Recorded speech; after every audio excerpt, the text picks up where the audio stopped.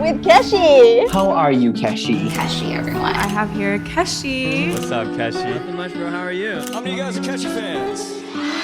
Keshi is a current prospect in the music industry, amassing a large sum of loyal followers and his debut album reaching the top 20 in the Billboard 200. But Keshi's rise to fame wasn't like any others. Under the mindset of a traditional Asian household, he had to fight for a life decision that would change his career forever. So, where did this all begin?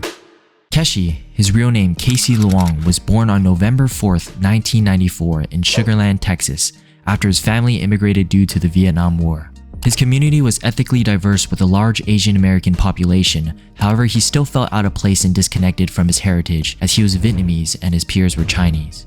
Still, this is where he would find his passion for music. At the age of 12, Casey was interested in playing the guitar and he asked his mom for one. His mom said no. She said how there wasn't any point because he wouldn't stick to it. Luckily, he would visit his grandparents during the summer, where his grandfather had a guitar. His grandfather noticed that Casey was very glued to it and he decided to let him take it home. That's where Casey began his practice of the guitar, mainly by himself, but also at his grandparents' dry cleaner store and watching online tutorials. His biggest influences for playing was Drake Bell on the Nickelodeon series Drake and Josh, John Mayer, and Ed Sheeran. He would also befriend a person named Mai during his childhood. Keep that in mind. As we fast forward in the future, Casey attends the University of Texas at Austin. And guess what he studied? Nursing. Wait, that's not anything related to music.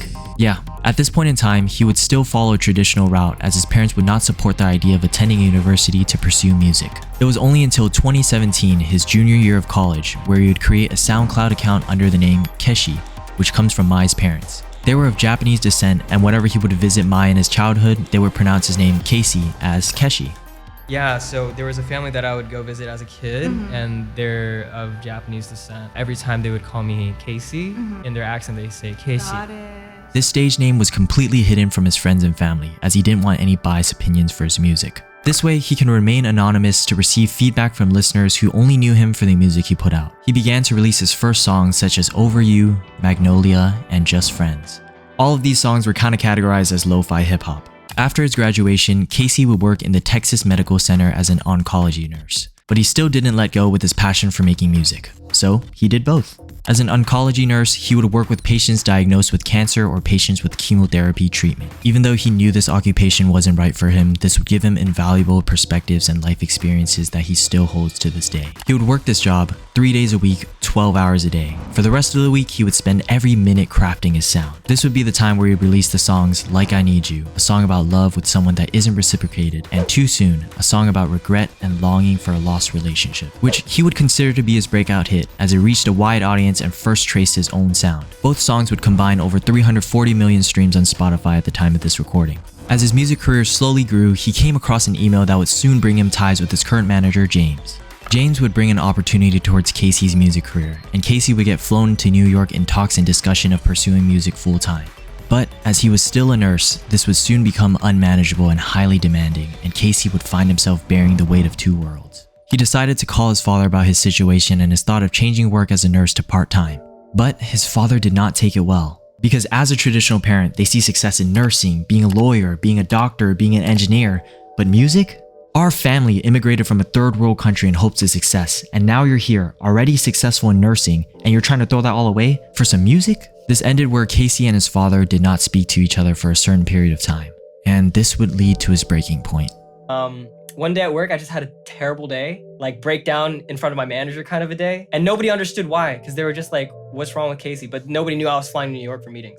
Ultimately, his parents gave him the approval to quit his job. So he put in his 2 weeks and he took a leap of faith without any record label offers. He has just broken the traditional mindset with his family's okay.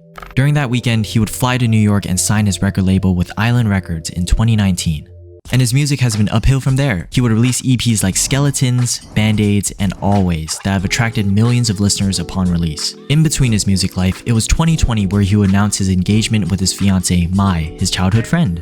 And a fun fact, his producer tag is his fiancée saying his name Casey in a Japanese accent. And it was in March of 2022 where he would finally release his debut album, Gabriel, that made his career reach new heights. He has now done world tours with Hell and Heaven, which I personally went to, and again with the Hell and Back tour. I think a great point in the album that not many people have noticed is the voice recording of Casey's father and Pierre. It's spoken in French, but here's the translation. I would like to tell myself not to worry, that all will be well, and everything will work out for the better. because at that moment, when I was 18, I had just left my country, I had just left my home and all my friends in arriving in this foreign land. I was put into school and I didn't even speak the language. I would like to reassure myself that all will be well and that one day I'll have a beautiful family with 2 handsome, intelligent sons. Like and subscribe if you enjoyed.